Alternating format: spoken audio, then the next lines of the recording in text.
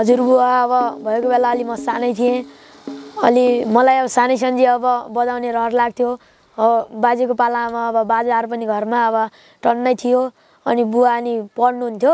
अब बुवा अब पढ्नुभयो, हमाबाट म बजाउन जान्छु भन्दा अब छोरा पढ्नुपर्छ, अब पढ्नुपर्छ तैँले पनि मैले पनि पढ्नुपर्छ, अनि दुवै बाउ छोराले जागिर खानुपर्छ, ठुलो मान्छे बन्नुपर्छ अनि भनेर भन्नुहुन्थ्यो। मनै भक्कानिएर आयो के, अब सिक्नुपर्छ, अब बुवाले नबजाए पनि अब आफूले बजाउनुपर्छ अनि भन्ने अलि उत्सुकता जाँगर म अलि एक्टिभ भएँ त।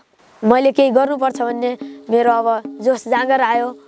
हाम्रो दिदीबाजेबाट खेलेका हौँ, त्यहाँ बिर्सेका थियौँ, त्यो थाहै थिएन।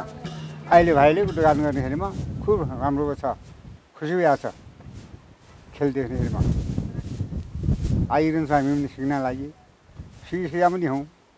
जान जान जान जान जान जान जान जान जान जान जान जान सक्दैन लाग्थ्यो पहिला।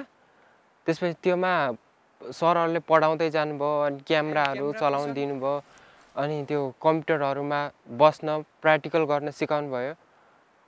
त्यो सिकाएपछि त्यहाँबाट त गर्न सकिन्छ, मनमा आत्मविश्वास भयो अनि गर्न सकिन्छ भनेर लागेको। मैले पनि युट्युबमा 2-3टा भ्लगहरू बनाएर आफूले नै एडिट गरेर दसैँ विशेष एउटा भिडियो बनाएर पनि हालेछु। आफ्नो सिप क्षमता नबिर्सियोस् भनेर फोटो स्टुडियोमा अलिअलि काम गर्छु। त्यहाँ अब सरले अब भिडियो एडिटिङहरू, भोकल रेकर्डिङहरू, मिक्सिङहरू एडिसनबाट त्यो सिकाउनु भयो सरले। अब कसरी क्यामेरा, कसरी फोटोहरू खिच्ने भनेर, अब भोइसलाई कसरी राम्रो बनाउने भनेर त्यो सिकाउनु भयो। अनि भिडियोहरू एडिटिङ गर्न, अब भिडियोहरूलाई कसरी हामीलाई आउँथेन नि त पहिला। हामी 12 जना विद्यार्थी थियो त्यो एडिटिङ सिक्ने। मलाई चाहिँ एकदमै नयाँ कुरा देखे जस्तो, नयाँ संसारै देखे जस्तो भएको छ हैन। यो वाइजे इन्टरटेनमेन्ट अक्सफाम अनि युवालाई हैन, अनि उहाँहरूलाई चाहिँ धेरै धेरै धन्यवाद। उहाँहरूले गर्दा पनि म यति धेरै अगाडि बढेको छु कि धेरै दाम कमाइरहेको छु।